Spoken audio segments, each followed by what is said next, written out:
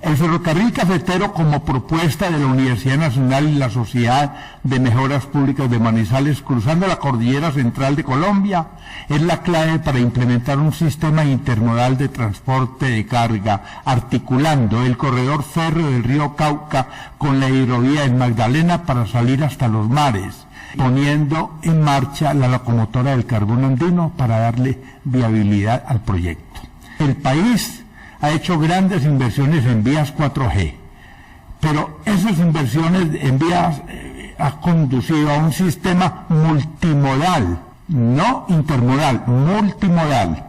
Sí, se hicieron inversiones tratando de favorecer regiones que estaban necesitadas de proyectos con el ánimo de conseguir un efecto electoral. Si quisiéramos un proyecto intermodal, debimos haber conectado la línea de transporte buscando corredores logísticos.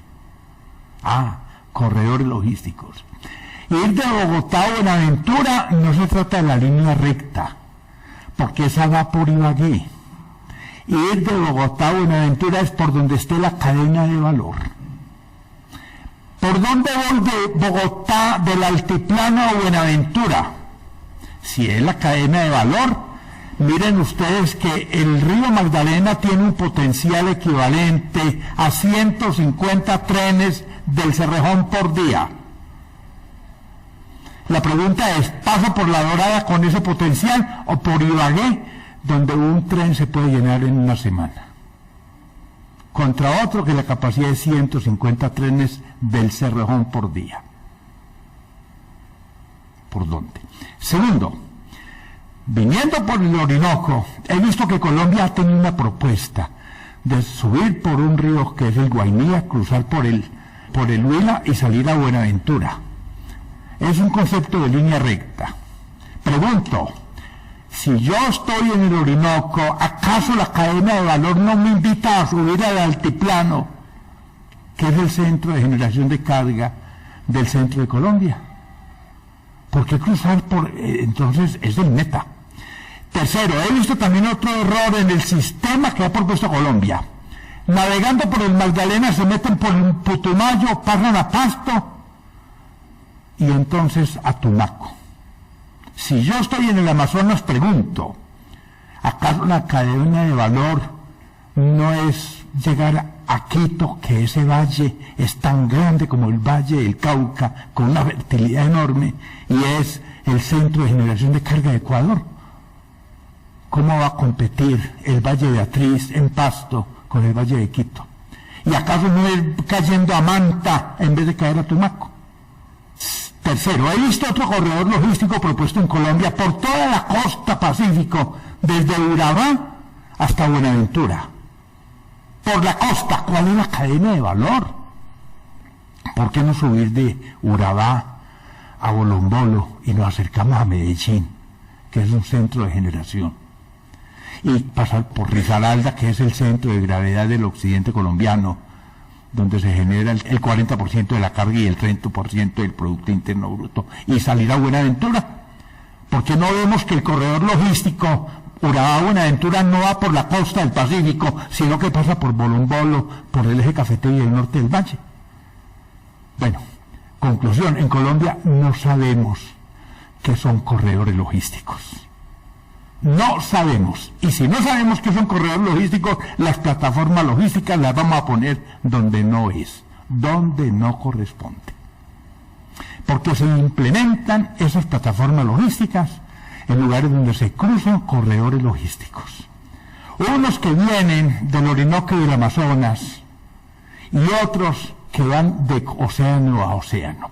Tercero, y no podemos confundir el Canal de Panamá con un corredor logístico, eso es un paso. Y lo que voy a proponer entre Urabá y Cupica no es un corredor logístico, es un paso interoceánico. ¿Por qué? Por lo que señalé en la primera imagen. Hay una circunstancia que Colombia la tiene que advertir. Y esto es la esencia de lo que voy a dar ahora.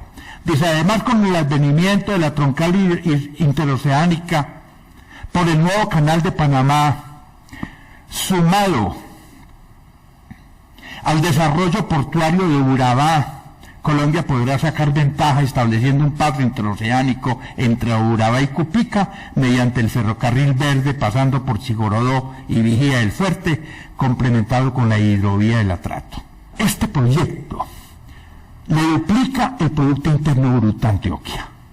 Es de esa magnitud, porque lo lleva a cifras no iguales, pero sí más o menos comparables con las que tiene Panamá, no iguales, pero sí cifras significativas. También se propone, además de la extensión del sistema ferroviario desde Buenaventura hasta Urabá y desde el altiplano hasta el eje cafetero, por lo menos 2 plataformas logísticas dotadas de puerto intermodal, polígono industrial y zona franca, como infraestructura complementaria ubicada en los nodos donde se cursan los nuevos corredores logísticos. Uno de los artículos más significativos que se encuentran en la prensa colombiana de todos los tiempos es de una de las mentes más lúcidas de Colombia, Gabriel Poveda Ramos. Está aquí, por supuesto, la imagen de él en las fotografías, en el mosaico de la Sociedad Antioqueña de Ingenieros. Gabriel Poveda Ramos es la mente más lúcida en proyectos mineroenergéticos de Colombia. A mis alumnos en Economía del Transporte les enseño que hay industrias que tienen que estar de manos del consumidor, donde se hacen manufacturas, y también que hay industrias que tienen que estar del lado de la materia prima. Estas segundas son las que tienen que quedar en la región mediterránea de Colombia. Estoy hablando del corredor del río Cauca, por ejemplo, el Cañón del Cauca, desde Antioquia hasta el eje cafetero. En el Valle del Cauca, el fértil valle sepulta todos los yacimientos mineros.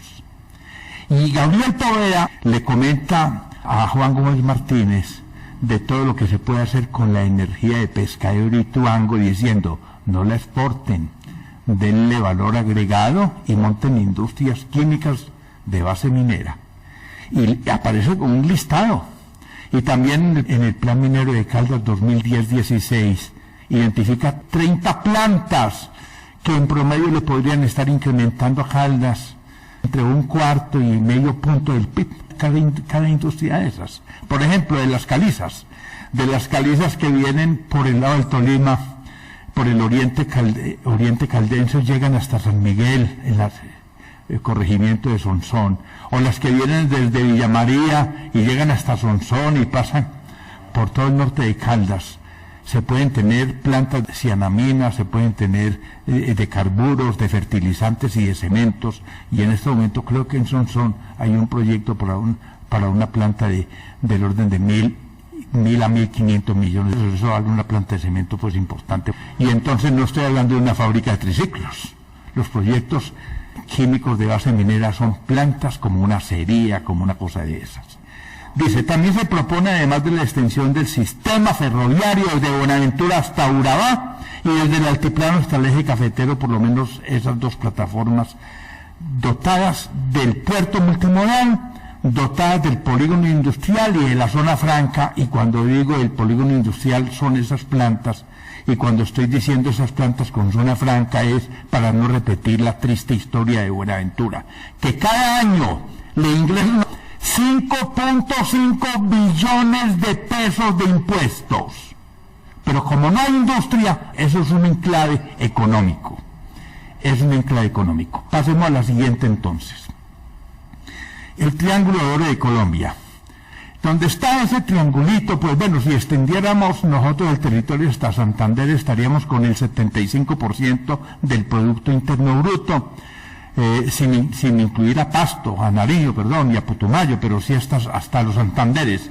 Pero con un círculo de 200 kilómetros cuyo centro es esa ramita de café, más o menos, la zona del eje cafetero, ahí tenemos nosotros que se está capturando el 55% de la población de Colombia y el 60% del Producto Interno Bruto. En el año 2016, Bogotá era casi el 26%, seguida de Antioquia el 14%, el Valle del Cauca el 9,7%, además Cundinamarca participó con el 5,6%, que Cundinamarca y Bogotá son el 26%. El Chocó está con el 0,4%, el eje cafetero está con el 3,6% del Producto Interno Bruto. Los mares de Colombia. De niño me enseñaron las fronteras de Colombia. Y entonces pude entender a esta edad por qué tenía más visión marítima Bolivia que Colombia. Antioquia por primera vez está viendo Urabá. Con el desarrollo portuario que les voy a comentar ahora, es impresionante. Es que Urabá le reduce a Bogotá o al altiplano el 20% la distancia saliendo al mar con relación a Cartagena. Y si a usted le reducen la distancia un 26%, las exportaciones pueden crecer el 60%. Porque en la proporción en que se reduzcan los costos de transporte, las exportaciones crecen 3 veces eso. Bueno, depende de los sectores. Hay sectores donde pueden crecer más todavía. Entonces no hemos visto Urabá. Y hemos estado en Caldas incluso, nosotros pensando en Tribugá. Les voy a mostrar las limitaciones que tiene Tribugá, para que sepan que la mejor alternativa para salir al Atlántico la tiene Antioquia. Por fortuna apenas acabó de mover a la RAP, a la Región Administrativa de Planificación del Caribe, porque estaba con el eje cafetero haciendo una RAP pequeña, que no somos nada comparados con la RAP central, donde está el 40% del PIB, donde están Cundinamarca, Bogotá, Tolima, Meta. Bueno. Primero el comercio se estableció en el Mediterráneo, y en épocas de Enrique el Navegante, quien nunca navegó, le dejó en herencia a su sucesor en el trono de Portugal la forma de abrir un paso por el sur de África, y Portugal, que era el país más pobre de Europa, pasó a ser una de las naciones más ricas cuando entra al Atlántico. ¿Por qué no pensamos que Colombia es el Portugal del siglo XXI? Y que Antioquia allí tiene la llave maestra en un desarrollo portuario, como el caso de Urabá, si lo fortalece con un paso interoceánico saliendo a Cupica. Eso es viable. Eso es viable. Tiene la llave Antioquia para hacerlo. Es muy difícil esa mirada. Tiene más visión marítima Bolivia que Colombia. ¿Por qué perdimos nosotros mar con Nicaragua? Estamos pendientes de los callitos. Las decisiones se toman en Bogotá y todos pendientes de dónde iban a hacer el chalet. Y entonces le dijeron a Colombia: usted queda con los callos, pendiente de los callitos. No pensar en chalet, sino en el mar. Ahí estaba la riqueza, dio el mar. A cada uno le dio lo que quería. Bien, según la Superintendencia de Puertos y Transporte, las nuevas zonas portuarias de Colombia en 2014 movilizaron 185 millones de toneladas, cifra equivalente al 98% del comercio exterior de Colombia, donde la carga de contenedores participó con 2 millones de contenedores de 20 pies, de los cuales 1,6 son para el Caribe, y en el Caribe se distribuyen por cada 10 contenedores, 6 van a Cartagena, 3 a Barranquilla y 1 a Santa Marta, y la cuarta parte para el Pacífico, 500.000 contenedores. Mientras en su orden Cartagena, Barranquilla y Santa Marta respondieron por el 70% de los movimientos, por Buenaventura se movilizó el 30% de la carga en contenedores del comercio exterior de Colombia. Esto ya nos está diciendo que hay una asimetría profunda entre lo que tiene valor agregado, porque lo que tiene valor agregado en su mayor parte va para el norte y no va para el Pacífico. Y vamos a entrar en la Alianza Pacífico, pero no se entra en la Alianza Pacífico con barquitos que son 5 veces más costosos que los barcos Suez, con barcos Panamas. La clave para entrar al mercado del Asia es aprovechar los super post-Panamas o barcos tipo Suez, donde los fletes caen a 5 veces, y abriéndose una nueva ruta para el Pacífico, donde vive la mitad de la población del planeta y se generan 2/3 del Producto Interno Bruto Mundial. Estamos muy preocupados por la trocha angosta de los ferrocarriles. Cisneros, también está aquí Cisneros, un cubano que fue invitado por los antioqueños, trabajó en el ferrocarril de Antioquia. Con el ferrocarril de Antioquia bajaron 20 veces los tiempos y costos de movilizar una mercancía con relación a la mula entre Medellín y Puerto Berrío. Con el cable aéreo también cayeron 20 veces los costos y tiempos, de 10 días en el caso de Antioquia, cuando se inaugura el túnel de la Quiebra, además diseño de un ingeniero de pregrado, el túnel de la Quiebra, una maravilla, que fue durante un gran tiempo uno de los emblemas en los túneles de América Latina. Una carga que valía 200 y pico en mulas quedó valiendo 9,70. Y se demoraba 21 días y en un día bajaban el tren a Puerto Berrío. Ese es el impacto de los ferrocarriles. Pues bien, ahora también voy a hablar del impacto de los ferrocarriles en el sistema intermodal, porque estamos todavía pensando en el modo carretero. Modo clave para un sistema intermodal. Para implementar un sistema estructural del transporte que resuelva la condición mediterránea de Colombia, tenemos que implementar la navegación en el río y montar los trenes. Empujar. Por cada caballo de potencia en agua arrastro 1000 kilos. Por cada caballo de potencia en una locomotora, 500 kilos. Por cada caballo de potencia en una tractomula convencional con pendiente cero, 160 kilos. De ahí estoy obteniendo por qué el río es el más económico que el tren, que la carretera. Pero eso es cierto con carga suficiente. Una carrilera da hasta 10 tráficos, mejor dicho, una carrilera puede dar 10 movimientos de tren por día. La Drummond da 9,2. Perdón, Cerrejón. La Drummond da 8,5, no puede dar más. Querían duplicar las exportaciones, lo lograron pasando de 30 a 60 millones de toneladas, haciendo una segunda línea férrea. Y un tren para ser rentable necesita 1 o más movimientos por día. No un tren cada semana, eso no es rentable. Entonces la clave de las hidrovías y los trenes es carga suficiente. Vamos a resolver eso acá. La variante férrea de Lobo Guerrero con sus viaductos y túneles, además de reducir en cerca de 100 kilómetros la ruta a Buenaventura, evitando bajar hasta Yumbo y subir a la cumbre. Un tío mío manejaba una finca en la cumbre. Es el alto, para ir de Yumbo a Buenaventura, hay que pasar la cordillera. Y recuerdo todavía 2 locomotores empujando 5 vagones. Eso no puede ser así. Los trenes, la muerte de los trenes está en la pendiente. Ahí está la muerte de los trenes. La variante férrea de Lobo Guerrero entonces es una condición importante para tener un desarrollo fiable del sistema férreo del Pacífico. El ferrocarril del Pacífico tiene unos problemas estructurales que pasan por eso. El número 1 es la carga, el segundo es la pendiente, subiendo la cordillera. Y el ferrocarril cafetero, que les voy a mostrar ahora, es un tren a baja altura que cruza un estrechamiento que tiene la cordillera central. Tiene solo 2 zonas estrechas, donde está la línea, y la segunda es al norte de Cerro Bravo, con una diferencia. La diferencia son las rocas. Las rocas en la línea son rocas muy malas.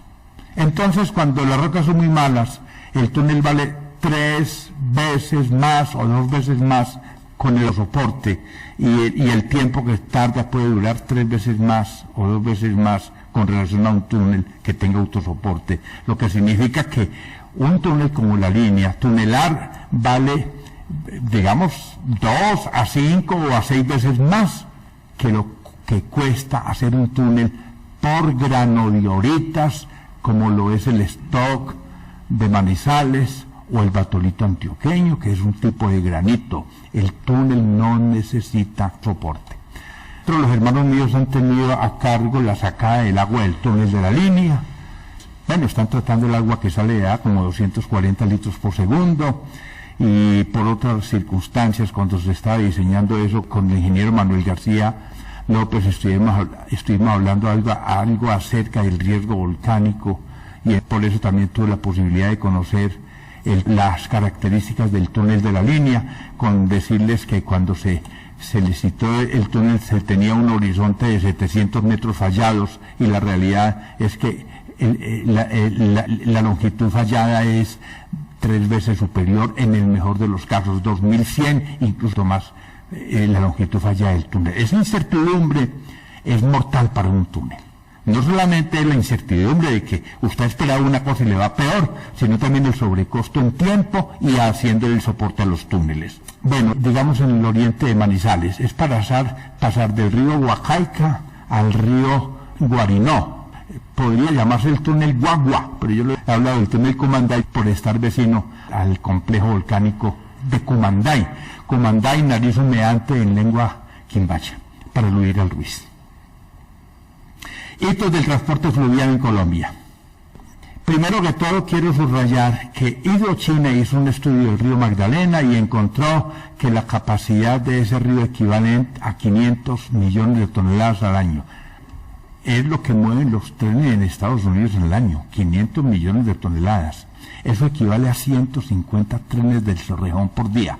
Esa es la capacidad del Magdalena. Por lo tanto, la capacidad del Atrato en el peor de los casos es de 70 trenes del Cerrejón por día entre Urabá y Vigía del Fuerte y de 50 trenes del Cerrejón por día desde Vigía del Fuerte hasta Quibdó. Y estoy hablando para un total de 500 kilómetros porque el Magdalena son 900 kilómetros hasta Honda y no estoy incorporando 400 kilómetros adicionales que hay desde Honda hasta el Huila, hasta Neiva, porque era el segundo tramo navegable del río Magdalena.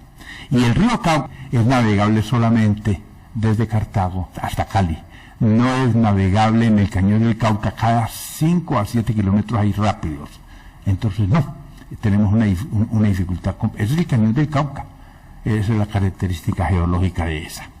Entonces, en el caso del proyecto Yuma, se ha pensado recuperar el río y hacer una construcción y adecuación de puertos. El río Magdalena permite tener unas plataformas logísticas, una en Puerto del Río, otra en Barranca, otra en Honda La Dorada. Son los nodos. ¿Para qué? Descargar la zona de las áreas de producción y vincular los centros de consumo de Santander, al igual que Antioquia y al igual que lo que es el altiplano y el eje cafetero.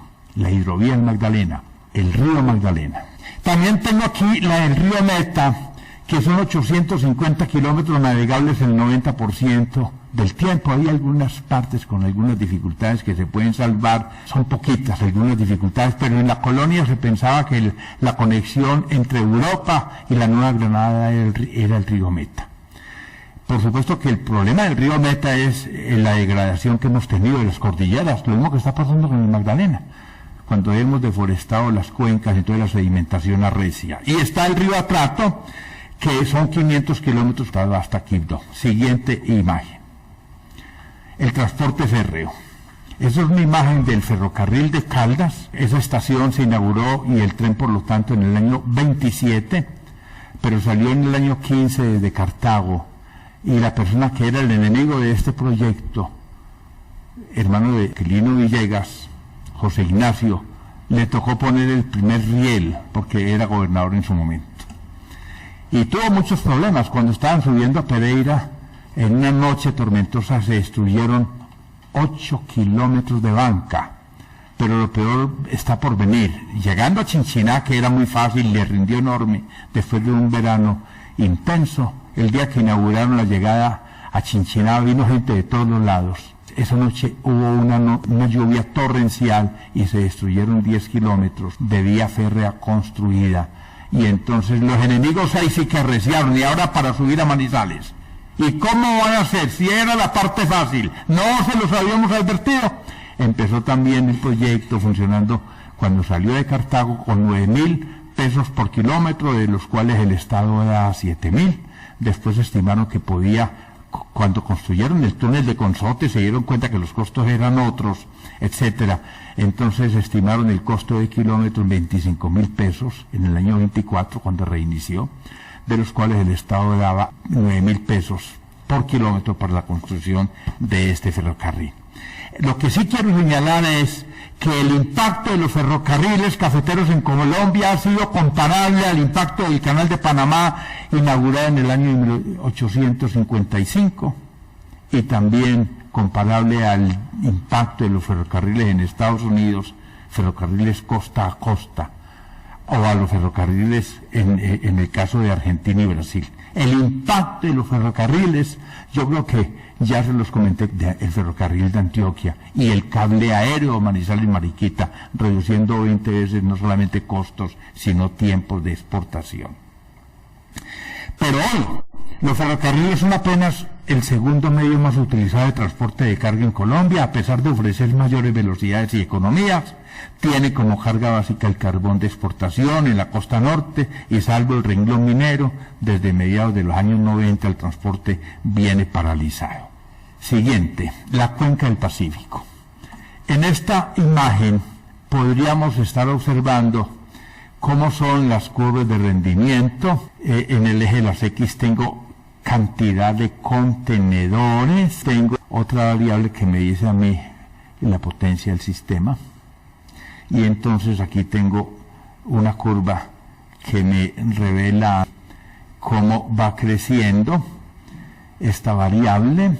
Aquí tengo la otra que es la de la velocidad, entonces prácticamente se vuelve plana desde este momento, y puedo observar cómo los barcos Panamá de 4.500 contenedores están en este punto, mientras que los de 12.500 están en este nivel de potencia.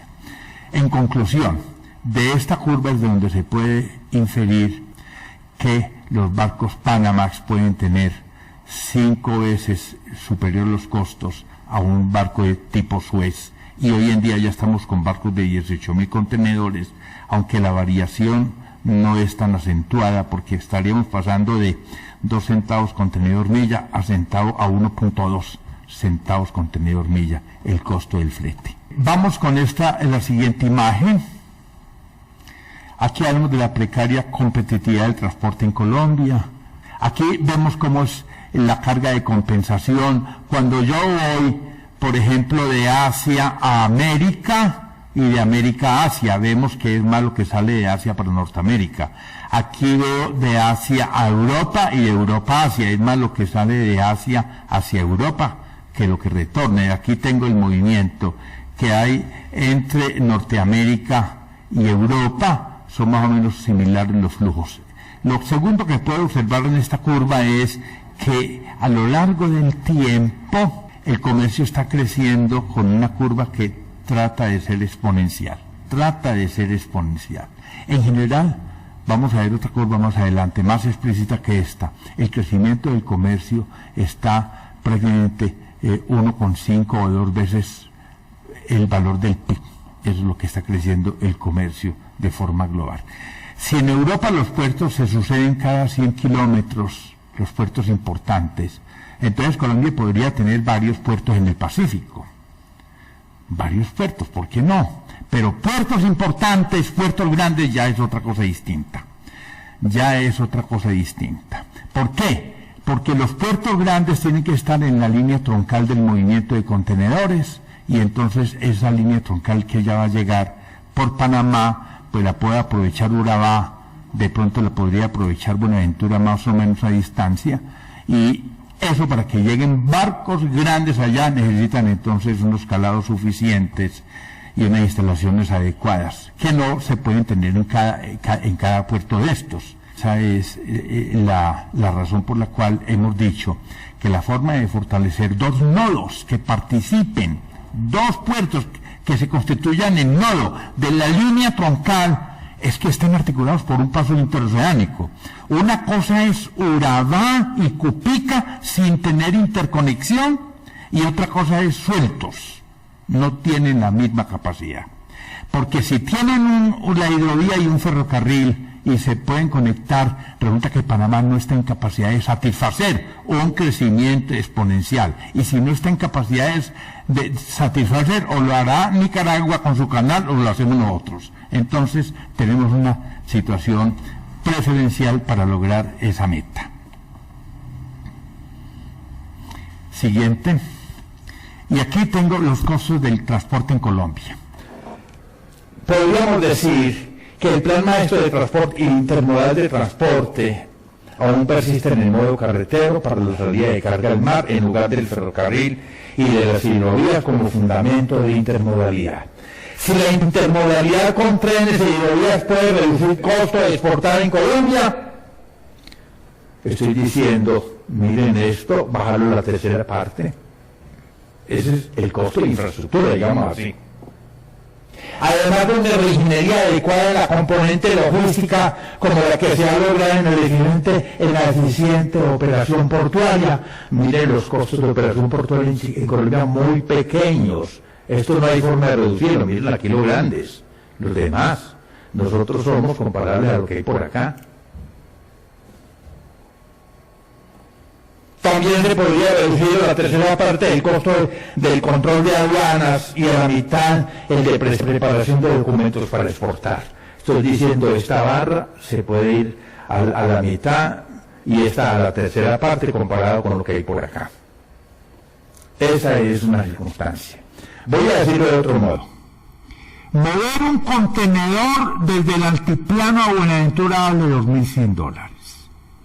Mover un contenedor desde el altiplano a Cartagena, $2.600. Ese mismo contenedor de Valasia vale $1.500. Es más barato moverlo por el mar, ahí lo ven ustedes esa cosa.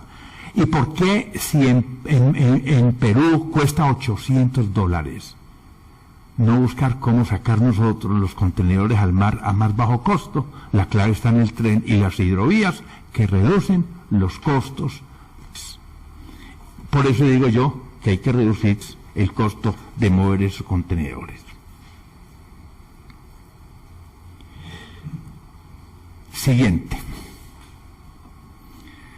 El panorama de los ferrocarriles en Colombia. Estamos viendo que hay un histórico que ha llegado a 76.8 millones de toneladas. Eso es un histórico. Ya les decía ahorita que los trenes en Estados Unidos mueven 500 millones de toneladas, que el río Magdalena son 500 millones de toneladas, y en los ferrocarriles estoy con un histórico de 77 millones de toneladas, 76.8. Eso para que tengamos esa referencia. Y en 2015 en tractomulas y otros camiones se movilizaron en Colombia el 73% de la carga, mientras que por ferrocarril apenas el 26%, con ese histórico para el año 2012, del 2012 por supuesto. Y por el sistema fluvial el 1%. Además, según el Plan Maestro de Transporte Intermodal, en los 222.000 kilómetros de vía para el sistema de transporte, la red fluvial de ellas poseía 8%, la línea férrea menos del medio y el modo carretero el 94%. En Colombia el movimiento es carreteras. El estudio destrabando las arterias para América Latina sobre el problema del coste del transporte, que usa 3 escenarios, Colombia, Brasil y México, encuentra en el año 2010 en la publicación una reducción del 10% del transporte puede permitir que las exportaciones crezcan un 30%. Conclusión, si Antioquia quiere exportar, puede multiplicar por 3 las exportaciones montando los trenes, así de sencillo, pero con carga suficiente, porque si no tienen carga suficiente no caen los fletes, que es lo que se espera con el sistema férreo, comparado con la tractomula. Para el banco, según la estimación más conservadora, si una reducción del 10% en la cantidad de productos importados y exportados, crecería el 9 y el 10%. Es decir, como mínimo, si se reduce una cantidad, en esa misma cantidad crece. Oiga pues para acá. Pero en un escenario favorable, la expansión asociada a esa reducción de costos sería del 6 veces, 66%, para productos manufacturados, y de 7 veces para los minerales y metálicos, y de 5 veces para los productos agrícolas. Por eso yo hablo de 3 veces. Siguiente, gracias. Mientras día a día la Brumon y el Cerrejón exportan 90 millones de toneladas, movilizando 9 trenes de 10.000 toneladas por día. El ferrocarril del Pacífico no ha podido consolidarse, dado que solo logra movilizar hasta 240.000 toneladas por año. Me explico.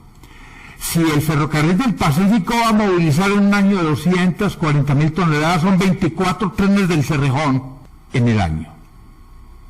Es decir, un tren cada 15 días. Pero como un tren del Cerrejón son 4 trenes de montaña, los trenes del Cerrejón en trocha estándar son trenes de 100 vagones, de 100 toneladas cada vagón a 100 kilómetros por hora, 100. Y los trenes de montaña son trenes de 50 vagones, vagones de 50 toneladas y a 50 kilómetros por hora. Es decir, podríamos decir, y es como se calcula esto, que un tren del Cerrejón son 4 trenes de montaña. Entonces, si el Pacífico está pensando en 240.000 toneladas, que son 24 trenes al año, por lo tanto un tren cada 15 días, estoy hablando de un tren cada 4 días. No es rentable, necesita siquiera uno. Y tampoco puede mover más de 10 trenes por día. Miren que Cerrejón mueve 9,2 y la Drummond 8,5 trenes por día. Cargados, son 20 movimientos, menos de 20, 10 y 10, ¿no? Dado que en contenedores Bogotá solo genera 6 millones de toneladas anuales y que la carga movilizada por el río se estima en 8 millones de toneladas año, mientras contamos con petróleo habrá que implementar la locomotora del carbón andino para hacer rentable el sistema de barcazas. Colombia tiene 3 años, máximo 5 de petróleo para estar produciendo 1 millón de barriles por día. Se acabó el petróleo en Colombia, se acabó. Eso es una realidad. Y entonces estamos dragando el río Magdalena. Ahorita les voy a mostrar que el río Magdalena lo que mueve es petróleo. Si se acaba el petróleo, ¿qué vamos a mover por el Magdalena? Hay que sacar el carbón, hay que sacarlo. ¿Qué es que cayó el precio del carbón? Sí, cayó el precio del carbón. ¿Y cómo les fue que la Drummond y el Cerrejón duplicaron las exportaciones? ¿Cómo? Doble línea férrea. ¿Y por qué ellos sí pueden y el país no puede implementar la locomotora de carbón? Aquí tengo el Magdalena. Observen las barritas azules allá. Eso es lo que ha movido en un lustro o en 6 años el río Magdalena. Lo azulito es el petróleo. Y los hidrocarburos, el carbón es el naranja, no aparece ahí. Y otros productos es el oscurito. Habría que sustituir ese azul por carbón, porque entonces ¿para qué estamos dragando el río Magdalena? Las barcazas con poquita carga no son rentables. En el caso del Magdalena, se ha pensado tener un canal navegable de 48 metros. Hay que hacer unos dragados adicionales desde Barranca hasta La Dorada. Han pensado escarbar 6 pies hacia abajo. Al doctor Augusto en su momento yo tuve la posibilidad de participar en esto antes de que naciera Cor Magdalena. Y lo que logramos nosotros desarrollar era un sistema que tuviera las siguientes características. 1, barcazas de gran capacidad, pero entonces que no fueran muy largas para no acomodar el río a las barcazas, sino las barcazas del río, por los meandros. Lo que ha pensado Cor Magdalena, inicialmente con los Hidrochina, con 10.000 toneladas, eran 4 dobles barcazas y un remolcador. Y entonces los radios de curvatura eran 600 metros. Los meandros son mucho más fuertes que eso, entonces no. Y segundo, también no bajar más de 1,20 en las barcazas, más los cabeceos del bote, 1,50, por lo menos hasta Honda. Porque si me pongo a escarbar el río, entonces seco los meandros y hago un daño ecológico. El transporte verde es eso, doctor. Artículo que lo llamo así, el transporte verde en el Magdalena, lo presenté en un foro en Honda con varias instituciones. Manuel González Becerra estuvo coordinando ese grupo. Entonces hay que pensar en el río, en lo verde. Segundo, también cuestiona la construcción de diques o jarillones en el río. No, donde el río es inestable hay que hacerlo que se mueva y esté dragando donde usted necesite y no más. Pero no fuerce el río a que se vaya por un lado, no se pelea con el río. Eso es otro concepto importante en términos de transporte verde. Bueno, de todos modos, aquí lo importante es que en el Magdalena, en algún momento sugerí 5.000 toneladas en vez de 10.000, pero los bajaron a 7.200 y el radio de curvatura, que era de 600, cae a 400 metros. Me parece que todavía es un poco fuerte ese radio de curvatura. El segundo asunto es que la velocidad del río es de 3 nudos y cuando hicimos el proyecto buscamos navegarlo con embarcaciones de 7 nudos para que diera 4 nudos de rendimiento y en una semana pudiéramos remontar los 900 kilómetros del río. A lo que quiero aludir acá es que el asunto de tener embarcaciones más grandes no necesariamente es más económico, Porque si se demora un mes, es como si el río fuera 4 veces más largo. Así de sencillo. Ferrocarril cafetero. Siguiente. Sí. Es del ferrocarril cafetero. Inicialmente, a ver, el año pasado acabé la interventoría del manual de túneles de Colombia. Ese manual lo hizo la Universidad del Quindío con una universidad chilena y una de Austria. Me parece un trabajo loable que lo haya hecho la Universidad del Quindío, porque es que si en Colombia alguien tiene experiencia en minas es la Escuela de Minas, es que hasta su nombre lo dice, no hay que hacer mucho esfuerzo para eso. De todas maneras, con mucha dificultad se hizo ese manual. Y hubo cosas que uno hubiera querido, como meter tuneladoras, no las quisieron meter, que porque eso es máquina de perforar. Los hermanos míos tienen una empresa con tuneladoras, el hijo mío ya trabaja en eso, y él sabe que una tuneladora no solamente perfora, sino que hace muchas cosas. Ese es un concepto importante que quedó prácticamente excluido del manual. La otra cosa es la dimensión del riesgo, y esto lo voy a decir porque hay que decirlo aquí en Antioquia. El túnel del Toyo, esas son rocas con alto nivel de incertidumbre. No tiene sentido que el túnel del Toyo lo hagan una alianza público-privada. Eso que lo haga el Estado. Cuando hay alto nivel de incertidumbre en un proyecto, el Estado no le debe trasladar eso al particular. Lo quiebra. Así de sencillo. Entonces hay que poner mucho cuidado de eso porque es la suerte de un proyecto estratégico y necesario además. Necesario. Lo mismo diría para la variante de Lobo Guerrero, hay que perforar 40 kilómetros del túnel para salir a Buenaventura, hay que tener esas consideraciones. Les voy a decir esto, cuando yo veo este edificio, yo veo esta columna y yo sé cómo son las demás. La incertidumbre en una obra hecha por el hombre es del 4 al 6%, muy bajita. Pero en un túnel, la incertidumbre en Estados Unidos y en Europa es del 30%. Y en el trópico andino, donde las rocas no son fundamentalmente sedimentarias, sino que hay volcamiento, plegamiento, fracturamiento, vulcanismo y todo eso, y hay suelos especiales por el clima, la incertidumbre puede subir al 50%.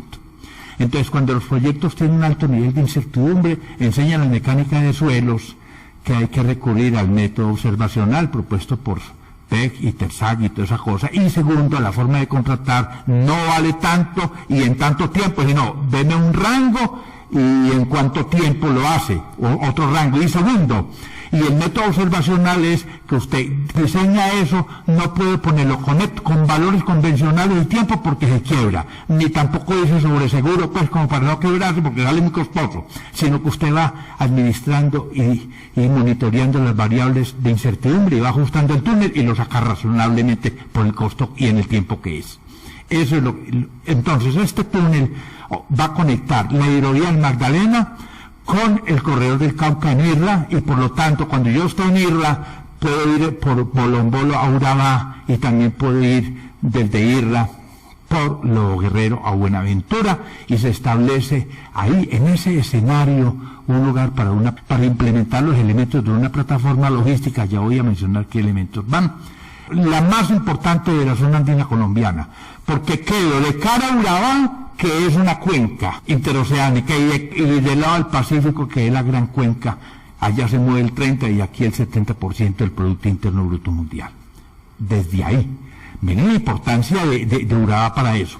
Y en el río Magdalena, entonces el río Magdalena, si yo puedo salir por aquí a Urabá, ¿qué? Pues que salga a Cartagena a mitad de precio. Entonces también tiene juego una plataforma logística en La Dorada, con el río Magdalena. Siguiente, y aquí tengo el carbón andino. El más malo es el de Antioquia. El carbonizo de Antioquia es el más malo. Oigan, pues es carbón térmico 1A. ¿Qué significa 1A? Inmejorable. Ese es el carbón andino. 5.000 calorías por kilo. Bajo en azufre y de alto poder calorífico. Carbón duro. Ese es el carbón de Antioquia. Y es el más malo de Colombia. Dígame el del Cerrejón, que es de 6.000 calorías por kilo, por eso se duplicaron las exportaciones. Y todavía está a lo mejor por venir, el de Cundinamarca y Boyacá es de 7.000 calorías por kilo. Entonces, para financiar el sistema ferroviario, el carbón de Córdoba, que es de 6.000 calorías, donde hay 381 millones de toneladas, son medidas, a la vista es el triple. pero hablamos de lo que esté medido, caracterizado. 381 millones, con eso financio el tren a Urabá y el paso interoceánico Urabá-Cupica. Con ese carboncito, puesto en la cuenca del Pacífico. Ya les he dicho, la Drummond y el Cerrejón se duplicaron las exportaciones.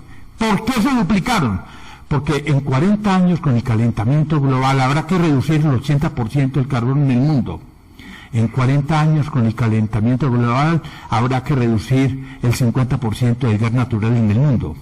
En 40 años con el calentamiento global habrá que reducir el 30% del petróleo en el mundo. Entonces, pero todavía no podemos prender una siderúrgica a punta de paneles solares. Necesitamos todavía carbón, entonces el carbón todavía tiene juego. Lo que pasa es que en Europa ya acabaron con el carbón y no hay sino turberas. No hay sino turberas. Y entonces, ¿dónde está el carbón? Duro, limpio, donde las emisiones no son tan enormes como y el rendimiento lo tiene Colombia. Entonces tenemos que implementar esa. Miren pues, Santander y Cundinamarca entre los dos suman 412 millones de toneladas. Medidas. Antioquia tiene 90 medidas. Con ese carbón de Antioquia también podríamos nosotros financiar el emplazamiento del corredor férreo hasta Urabá y con el de Córdoba complementarlo para el nuevo ferrocarril de Antioquia, que ya lo presenté acá, y para el corredor Urabá-Cupica. Las vías 4G no tienen carro, no tienen. Por ejemplo, hay una vía que va va de La Esperanza, pasa por Armero y llega a Cambao. Yo le pregunto a la gente, ¿usted sabe dónde hay Cambao? Sí lo he oído mencionar porque es muy sonora la palabra. Yo sí sé en dónde queda, pues al otro lado de Armero. Lo único que conozco por allá es el paso por Armero, eso todo el mundo lo sabe. Porque hay una APP vial por una carretera donde ni siquiera asustan. Por ahí no pasan los carros, es que no asustan. Porque necesitaban conseguir votos en el Tolima, financiaron esa alianza público-privada. Entonces yo estoy proponiendo aquí hacer ferrocarriles y digo, ¿con qué los pago? Ahí está el carbón.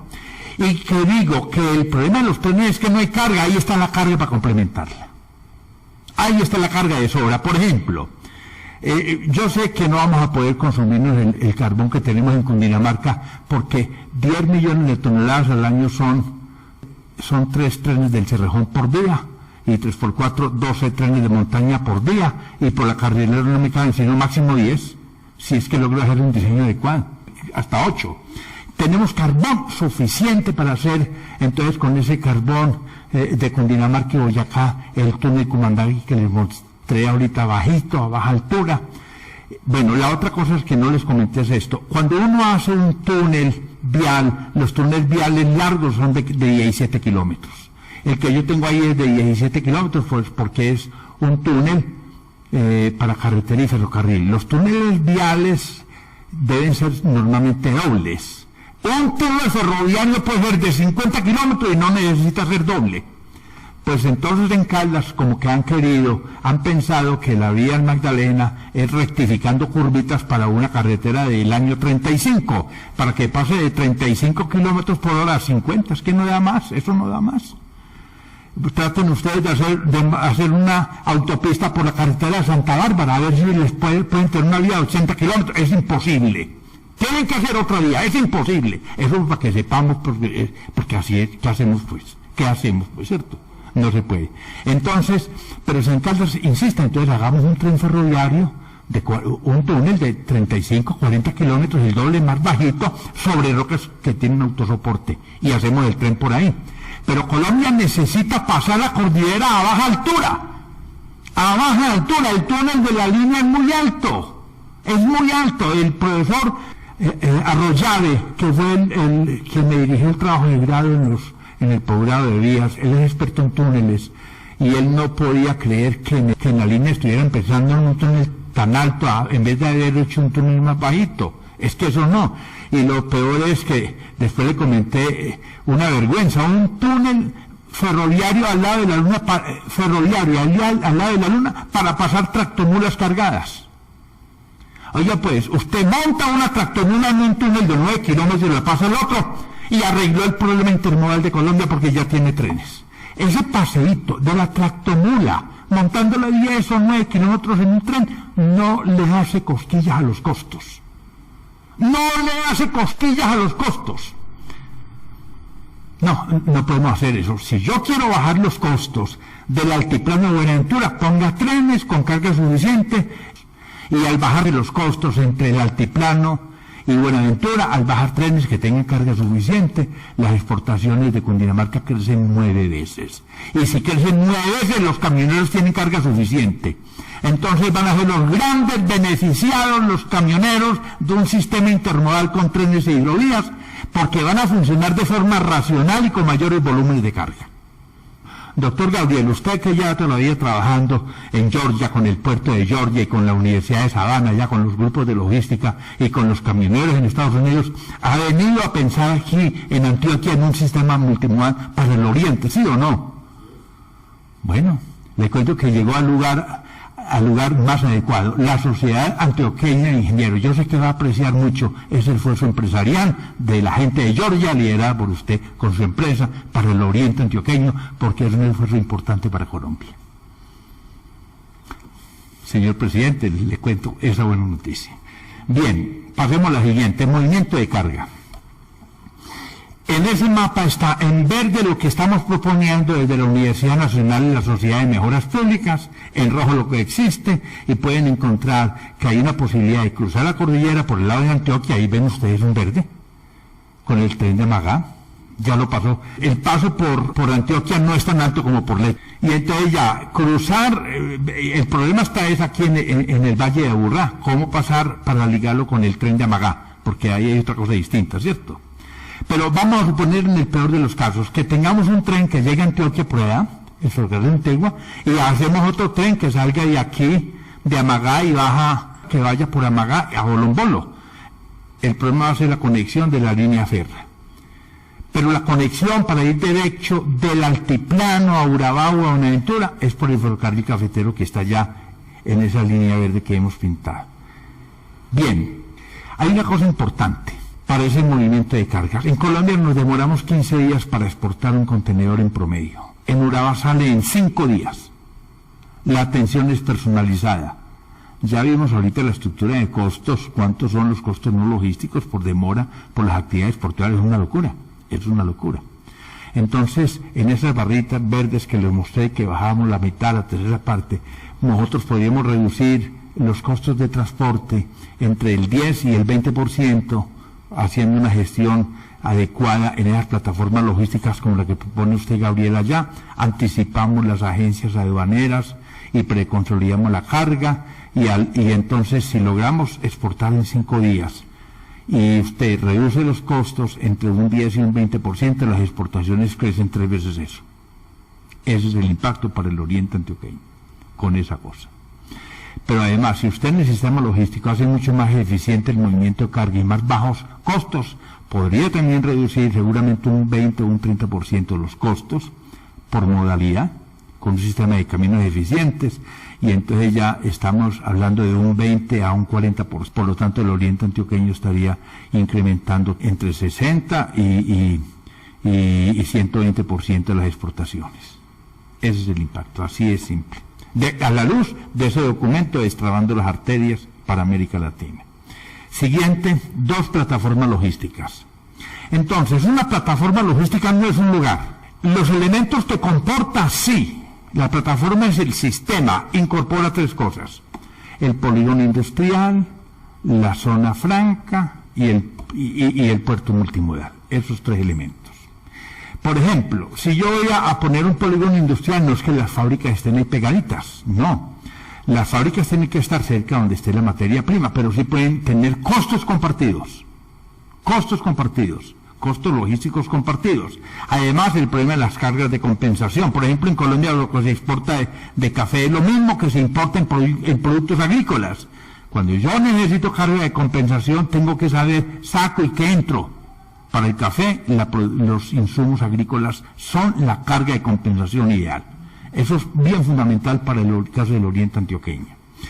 Bueno, entonces, donde se implementan, donde se corten los corredores logísticos. En Pereira les dieron un lote para la plataforma logística.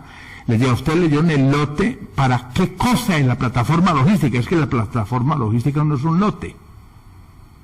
Es para el patio de contenedores, para el puerto multimodal o para la zona franca. ¿Para qué es la dieron? Bueno, no, ahí vamos a hacer los contenedores. Pero se los dieron al otro lado del tren, del río. El tren viene por acá. Y al otro lado del río está el lote. ¿Y cómo van a hacer ustedes si las grúas tienen que estar por donde está el tren? Las tractomulas sí pueden llegar ahí, pero les dieron al otro lado. Y segundo, en esa zona de la Virginia eso es inundable. No se monta un patio de contenedores, nada de eso en una zona inundable. No se debe. Tiene que ser del lado del tren para las grúas. Aún más, cada que yo haga un transborde de un contenedor a otro lado, eso equivale a 100 kilómetros de recorrido. Entonces uno tiene que evitar los transbordos hasta donde sea posible. Es fundamental. Las industrias químicas de base minera, bueno, ahí estoy viendo convoyes por el Magdalena, dice, cuando el Magdalena y el ferrocarril de Occidente se conecten con el ferrocarril cafetero al contar con energía disponible y un transporte intermodal más económico, según el plan minero de Caldas elaborado por Gabriel Poveda Ramos, la ecorregión de Caldas podrá desarrollar industrias químicas de base minera. Según el documento Destravando las Arterias, por cada 10% vamos a tener una economía del 30%, gracias a un potencial de 210 yacimientos mineros existentes en el eje cafetero, de los cuales la mitad son del Caldas, 64 del Quindío y 34 de Risaralda. Entonces, de acuerdo a Poveda Ramos, entre los minerales estarían las aguas y las fraguas del oro de las explotaciones de Marmato y el oriente de Caldas. ¿Qué se puede sacar de esos sulfuros? De los desechos auríferos, ácido sulfúrico puro y zinc metálico. Son 3 plantas, van 3. Dice acá, las calizas que afloran en Nere y en Victoria, que corren todo el oriente desde el Tolima hasta Antioquia, o desde Villa María hasta Santa Bárbara y Sonsón. ¿Qué podríamos sacar? Ya les había mencionado a ustedes de las rocas calcáreas, fertilizantes, acetileno, cianamina, cloruro y cemento, 5 plantas adicionales. Bueno, también de las arenas silíceas de Pueblo Rico y Cerro Bravo, que podríamos sacar silicato de sodio y sílice gel y carburo de silicio, y del manganeso que hay en Apía y en Viterbo, el dióxido de manganeso electrolítico, que sería el proyecto de aleaciones mineras más grandes que tuviera el eje cafetero. Con esos proyectos, ahí le mencioné 12 plantas, el Producto Interno Bruto de Caldas podría crecer. Las ideas de Gabriel Poveda Ramos. Y mire lo que digo acá. Similarmente con Pescadero y Tuango, duplicando la generación de Antioquia, en la ruta Urabá se debería hacer lo mismo. ¿Cuánto genera en hidroelectricidad de Antioquia? 2.3 millones de kilovatios. ¿Cuánto es Pescadero y Tuango? 2.4. Duplicamos. ¿Cuánto es lo que genera Colombia en hidroelectricidad? 10 millones de kilovatios, 10 veces Chivor. ¿Cuánto participa en el PIB? El 2%. 10 millones son el 2%. Entonces Antioquia, la electricidad, en la generación, porque es que tiene usos escalonados, en la generación son 4 puntos del PIB. Y podría, entonces, otros 4 puntos del PIB. Entonces, 0.8 del PIB. Y si le damos valor agregado, cuando uno ve todo el sector asociado a la energía en el PIB de Antioquia, eso es como el 23% más o menos, del 23 al 26. Entonces se podría duplicar esa participación. Y yo creo que más que duplicar, porque estaríamos no para exportar, sino para volver la riqueza con otros minerales. Siguiente, el complejo portuario de Urabá. En el río León, bueno, un puerto grande vale 400 millones de dólares. 400 millones de dólares vale un megapuerto. En el río León hay uno de 536 millones de dólares. ¿Por qué vale más de 400? Porque tendrá un viaducto de 4.2 kilómetros y por lo tanto plataforma en tierra y plataforma mar. Segundo, los cementerios van a ser uno de $1.000 millones arriba en Ecoclí. Miren pues, ¿por qué eso? Porque está en la ventana de Panamá. Está en la ventana de Panamá. Entonces ya es un megapuerto. Y además está el viejo puerto de Turbo. Es el puerto más eficiente de Colombia. Ese puerto tiene una capacidad más o menos para 5 millones de toneladas y el año antepasado movió 2,5 millones de toneladas. Es decir, cuando movió 2,5 millones de toneladas, ¿por qué? Porque es el puerto de frigoríficos más grande que tiene Colombia. Y además la eficiencia de la atención es personalizada, usted exporta en 5.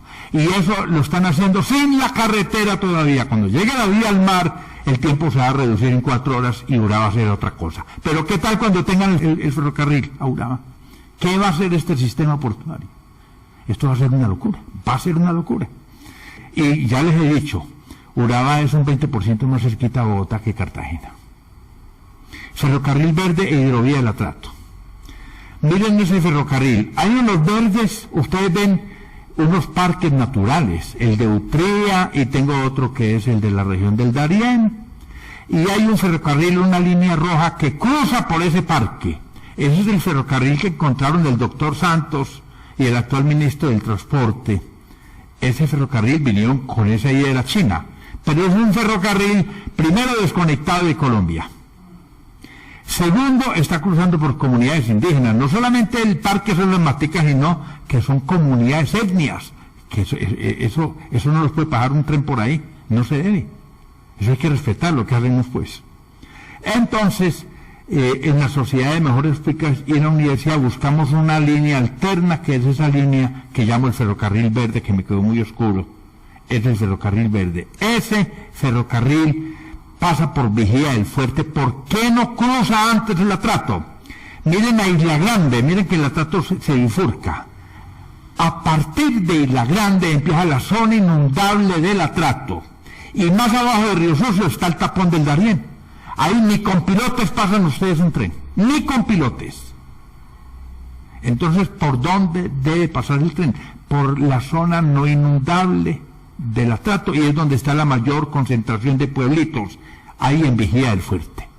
Y ahí lo cruzamos, y salimos, ¿a dónde? A Cupica, y abajo está Tribugá. Ese Tribugá, está el Golfo de Tribugá, mitad es del parque y mitad no, y tiene otros problemas adicionales. Entonces no se hace, además, la dirección de las corrientes oceánicas es hacia el noreste. Entonces, la dirección de las corrientes, en el caso de acá, es esta. Entonces, ¿dónde debe quedar el puerto? Aquí. Protegido de la dirección de las corrientes. Y en roca, porque aquí esto es arena y tiene licuación y está en un parque. Aquí es Tribugá. Y además, Tribugá tampoco puede ser un megapuerto, porque si voy a unir a Tribugá con Urabá, este pedazo son 90 kilómetros más, y 90 kilómetros son el ancho de Panamá. Entonces no tiene sentido exceder un ancho de Panamá, el ferrocarril, hacer el puerto acá, hay que hacerlo aquí. ¿Y por qué no más arriba? Porque tengo el problema de cruzar el tapón del Darién y la zona inundable del Atrato. Siguiente. Y de los Andes al Amazonas.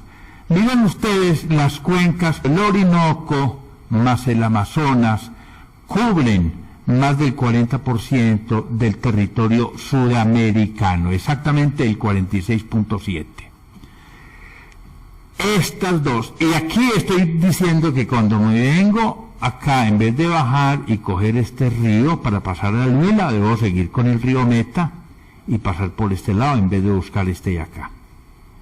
Y cuando me vengo por acá, aquí está Manaos, en vez de dar la vuelta hasta Iquitos, me subo por el río Napo, que es este, y salgo a esta parte de Ecuador. Aquí está Puerto Coca. Aquí dice Coca. Puerto Coca. Y aquí, entonces, hasta ahora hay carretera. Se necesita un ferrocarril para salir a Manta. Esos son entonces esos corredores logísticos que están anunciados en esta parte de acá.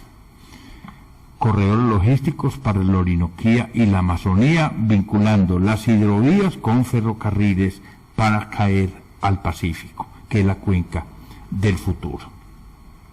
Siguiente, entonces ya a modo de epílogo, digo, el plan maestro de transporte intermodal, además de persistir en el modo carretero para el flujo de carga entre el Altiplano y Buenaventura, de poner a competir a lo largo del río tren, ferrocarril, carretera, al llevar el tren a lo largo del Magdalena hasta Santa Marta, debe hacer otra cosa distinta, y es desarrollar el corredor férreo del río Cauca.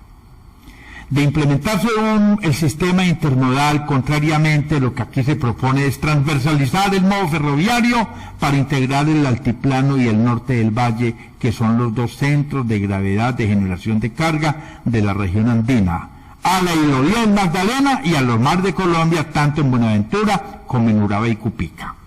Los centros de gravedad de generación de Colombia entonces son el altiplano, para el centro del país, donde se genera el 30% de la carga y el 40% del PIB, y en el occidente colombiano es la zona de Risaralda y el norte del valle, donde se genera el 40% de la carga y el 30% del PIB. Y entonces, como los corredores logísticos valen por su cadena de valor, entonces voy del altiplano por La Dorada, no por Ibagué, caigo al eje cafetero, busco a Urabá y busco a Buenaventura, y de ese modo quedan integrados los dos centros de gravedad en el eje cafetero y el altiplano, con los mares y con la hidrovía del Magdalena. De conformidad con los fundamentos de un sistema troncal de transporte para lograr la intermodalidad, Colombia debería emplear trenes e hidrovías, buscando desarrollar un sistema troncal eficiente para el movimiento de carga, costos más económicos en el tren, más económicos en la hidrovía.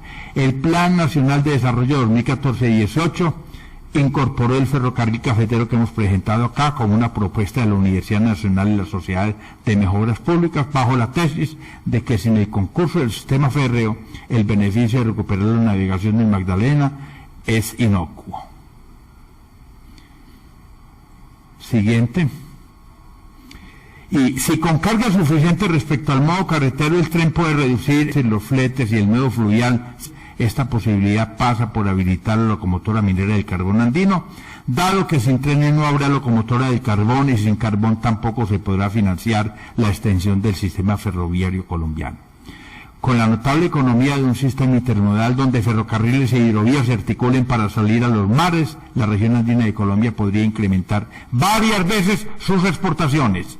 Es decir, los transportadores tendrán carga suficiente. La hidrovía del Magdalena y el corredor férreo del río Cauca, conformando corredores logísticos como soporte del sistema intermodal de carga de la región andina de Colombia, se traducirán en ventajas competitivas para constituir sendas plataformas logísticas dotadas de puertos intermodales, zonas francas y polígonos industriales, además de otras que quedarían en otras regiones de influencia. He terminado.